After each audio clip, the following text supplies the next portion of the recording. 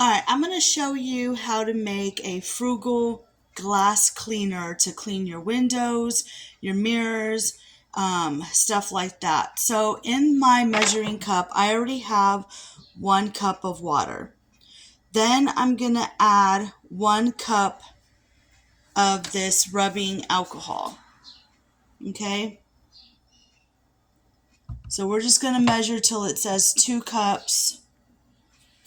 Let's see if I can do this. Okay.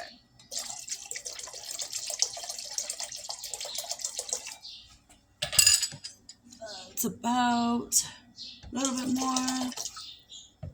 Alright. Then you're going to add a tablespoon of vinegar. Then we're going to put it into the spray bottle.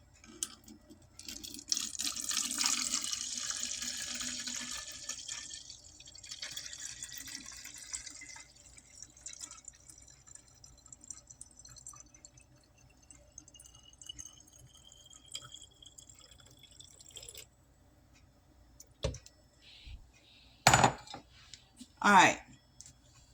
So it's 1 cup of rubbing alcohol, 1 cup of water, 1 tablespoon of vinegar. And that is it. That is what you are going to use to clean your glass and your mirrors with.